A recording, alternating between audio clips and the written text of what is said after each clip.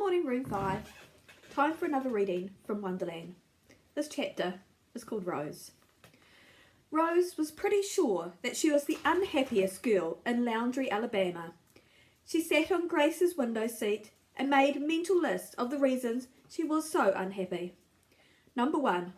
Mr. Duffy, who had always been so fun and cheerful, was now sad and a little grumpy. Number 2. That same friend, Mr. Duffy, was getting more and more forgetful and making so many mistakes that people in Magnolia Estates were getting more and more impatient with him. Number 3. She had argued with her new and only best friend, Mavis, and now they weren't even talking anymore. Number 4. Mr. Duffy never seems to want to play checkers with her, but then there he was playing checkers with Mavis. So now maybe he liked Mavis, then he liked her. But then, who couldn't blame him? Mavis was fun and adventurous and brave, which she, Rose Tully, was not. Number 5. That poor, sweet dog, Henry, needed a home, and Mavis was so sure that she could convince Mr. Duffy to adopt him, but Rose wasn't quite so sure. Number 6. Her mother complained about Miss Jetta nearly every minute of every day. 7. Her sister Grace was gone and Rose needed her. 7 reasons to be unhappy. That was a lot. Suddenly a noise outside made Rose stop thinking about how unhappy she was. The sound of a skateboard on the driveway. Mavis! It had to be Mavis. Rose jumped off Grace's window seat and ran downstairs and out the back door. She hurried through the hydrangea garden to the front of the house. Sure enough, there was Mavis riding the skateboard up and down the driveway. She glanced over briefly, but then looked away and began to whistle as she rode the skateboard up one side and down the other. Wasn't that just so like Mavis, breaking that rule about not riding the skateboard on the driveway, and then whistling while she did it? Oh, such a Mavis thing to do. Rose marched out into the middle of the yard with her head held high and her arms swinging. Then she took off her sandals and flung them into the air so high that one of them landed on top of her mother's favourite magnolia tree. Then she, Rose Tully, scampered around in circles on the grass, not caring one little bit if she got ringworm. Mavis had stopped riding her skateboard and was standing, agape mouth, at the edge of the yard, staring up at Rose's sandals in the magnolia tree. Then she grinned at Rose and hollered, "That's what I'm talking about." Rose grinned back. Then the two of them headed up the street towards the gatehouse. Mavis' skateboard whirling and Rose's bare feet slapping on the asphalt road. Mavis could hardly believe her eyes when Rose had flung her sandals up in the air like that. So unlike her. And then she'd gone and run around the yard barefoot as if she's never heard of ringworm. This is a new Rose, and best of all, a Rose who wasn't mad at her anymore. Mavis was relieved. Now they could go back to being best friends again. When they reached the gatehouse, Mavis hopped off the skateboard and said, "Okay, here's plan B. We'll do the old guilt trip." Rose looked puzzled. What's a guilt trip? You know, like make Mr. Duffy think that his heart really is a thumping gizzard, and if he can go and let a poor innocent dog have no home of his own, nobody to love him. I don't know, Rose said. That seems kind of mean. Oh, it's not, Mavis said. I'm really good at guilt tripping. When they got inside the gatehouse, Mr. Duffy was on the phone telling someone he was certain he had never had the names Jolene and Travis Bevins on the guest list. Then he held the phone away from his ear and rolled his eyes. The person on the other end of the phone was mad. Mavis could hear snatches of loud, angry words. "I told you! How many times? So embarrassing!" Mr. Duffy shook his head and winked at Rose and Mavis. Then he put the phone back on to his ear and said, "Yes, ma'am," and hung up. "You don't have to hang from a tree to be a nut," he said, "and that woman is most definitely a nut. I swear she could start an argument with an empty room."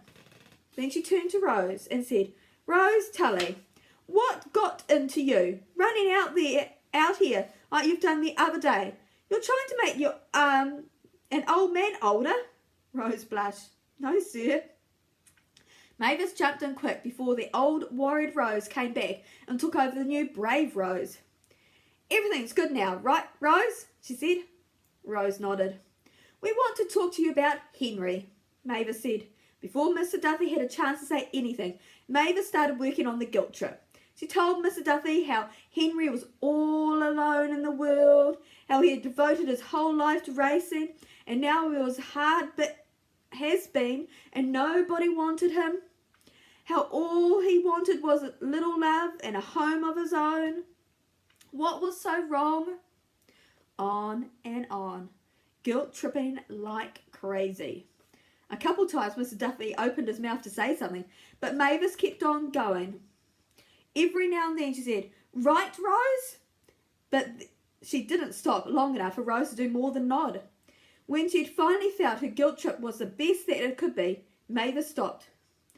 Mr. Duffy took his cap off, ran his hand over his bald head, put it back on again.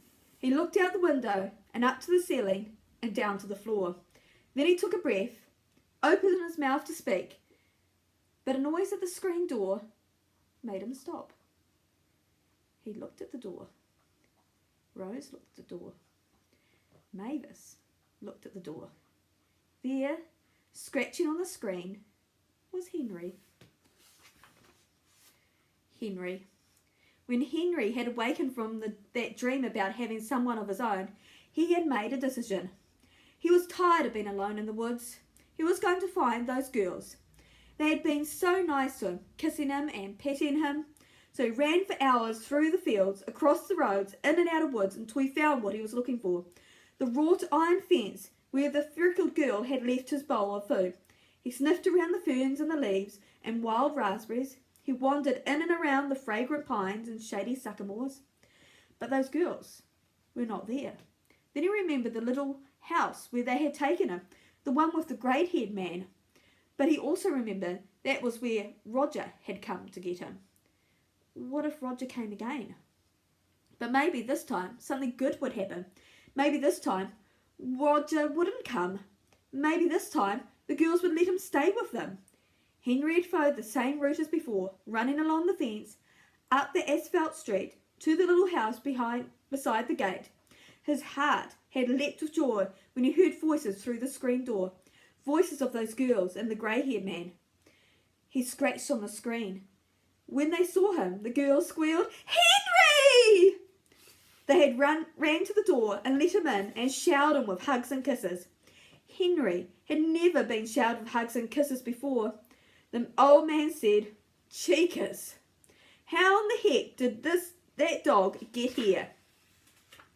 "Please don't call Wonderland," the wild-haired girl said.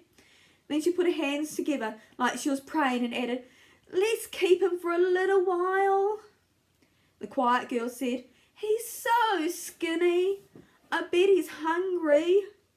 The old man heaved a big sigh, shuffled over to his desk, and took a paper bag out of the drawer and brought Henry a tuna fish sandwich. Henry had never had a tuna fish sandwich before. He gobbled it up, and then he put his head into the old man's lap. The old man put his hand on top of Henry's head. His hand was warm. Henry let out a little whine of contentment and wagged his tail to say, "Thank you." Rose looked at Mr. Duffy sitting there with his hands on Henry's head, and for the first time she had a little glimmer of hope that maybe, just maybe, Mavis's plan had worked. Maybe all the great guilt tripping had convinced Mr. Duffy to keep Henry. But that glimmer disappeared when Mr. Duffy said, "You all know that dog has to go back to where he belongs, don't you?"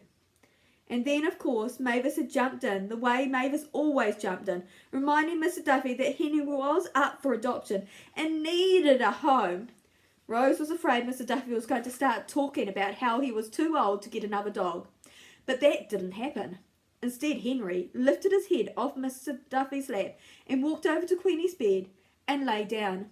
The little gatehouse grew quiet while Rose and Mavis and Mr. Duffy looked at Henry curled up on Queenie's bed, already fast asleep. He looked so peaceful there on the fluffy round bed with Queenie embroidered in blue. Rose's mind raced. Would Mr. Duffy get mad at Henry for sleeping in Queenie's bed? Would he wake him up and tell him to get off that bed? It wasn't his bed. But Mr. Duffy didn't do that. What he did do was look at Rose and Mavis and say, I've got to call Wonderland to come and get that dog.